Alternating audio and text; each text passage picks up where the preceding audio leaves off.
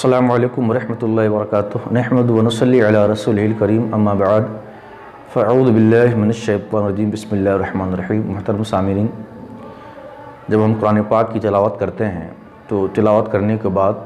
قرآن پاک کو اپنے آنکھوں سے لگاتے ہیں اور اسے بوسہ دیتے ہیں، تو اب قرآن پاک کے ساتھ یہ عمل، یہ بوسہ دینا یا آنکھوں سے لگانا، سینے سے لگانا، کیا یہ جائز ہے یا پھر اس سے قرآن پاک کی بے ادبی ہوتی ہے کہ جس سے بچنا ہے؟ اس کا حکم کیا ہوگا؟ تو جہاں تک اس کا حکم ہے وہ یہ ہے کہ ہمارے فقہائے کرام نے بیان فرمایا کہ تعظیم و توہین کا دار و مدار عرف پر ہے، یعنی اگر کوئی قول و فعل کسی قوم کے یہاں یا کسی علاقہ میں تعظیم سمجھا جاتا ہو، اور اگر وہی قول و فعل کسی دوسری قوم کے اندر توہین سمجھا جاتا ہو، تو اب جن کے ہاں وہ قول و فعل تعظیم کے طور پر ہے تب تو ان کے لیے اس طرح کا قول اور عمل جائز ہے، لیکن جن کے عرف میں وہی قول و فعل توہین کے معنی میں سمجھا جاتا ہو تو پھر اس قوم کے لیے اس سے بچنا لازم ہوتا ہے۔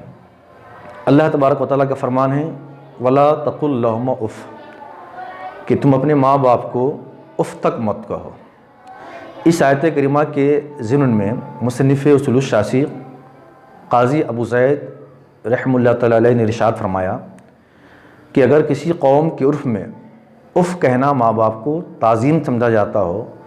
تو اس قوم والوں کے لیے اپنے ماں باپ کو اف کہنا یہ جائز ہے، لیکن اگر کسی دوسری قوم کے عرف میں اف کہنا یہ توہین سمجھا جاتا ہو، تکلیف دینا ہوتا ہو اس لفظ کے ذریعے سے، تو پھر اس قوم کے لیے اپنے ماں باپ کو اف کہنا حرام ہوگا۔ تو صاحب اصول الشاسی کی اس وضاحت سے معلوم ہوا کہ تعظیم و توہین کا دار و مدار عرف پر ہے، کہ جن کے ہاں اگر وہی قول و فعل تعظیم کے لیے کیا جائے تو ان کے لیے جائز ہے، لیکن اگر وہی قول و فعل کسی دوسری قوم کے اندر توہین کے معنی میں سمجھے جاتے ہو تو پھر ان کے لیے جائز نہیں ہے۔ ایک اور مثال سماعت کرے کہ لفظ مہتر یہ ہمارے ہندوستان میں کسی علاقے میں کسی قوم میں سردار کے معنی میں، بزرگی کے معنی میں بولا جاتا ہے، تو اب وہاں والوں کے لیے، اس قوم کے لیے کسی بزرگ آدمی کو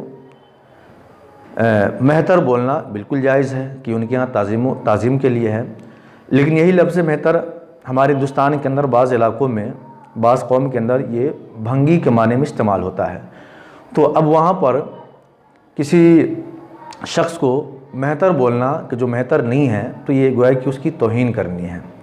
تو اس سے بھی پتہ چلا کہ تعظیم و توہین کا دار و مدار عرف پر ہے۔ اب آئیے جو صورت مسئلہ ہے کہ قرآن پاک کو بوسہ دینا، سینے سے لگانا، آنکھوں سے لگانا، اس کا حکم کیا ہوگا؟ تو ظاہر سی بات ہے ہمارے ہندوستان کے اندر قرآن پاک کا جو بوسہ لیا جاتا ہے، اسے چوما جاتا ہے، سینے سے لگایا جاتا ہے، ہمارے عرف میں اسے تعظیم ہی سمجھا جاتا ہے۔ جب تعظیم ہی سمجھا جاتا تو اب قرآن پاک کو بوسہ دینا، سینے سے لگانا، آنکھوں سے لگانا بالکل جائز ہے، اس میں کوئی حرج نہیں ہے۔ السلام علیکم ورحمۃ اللہ وبرکاتہ۔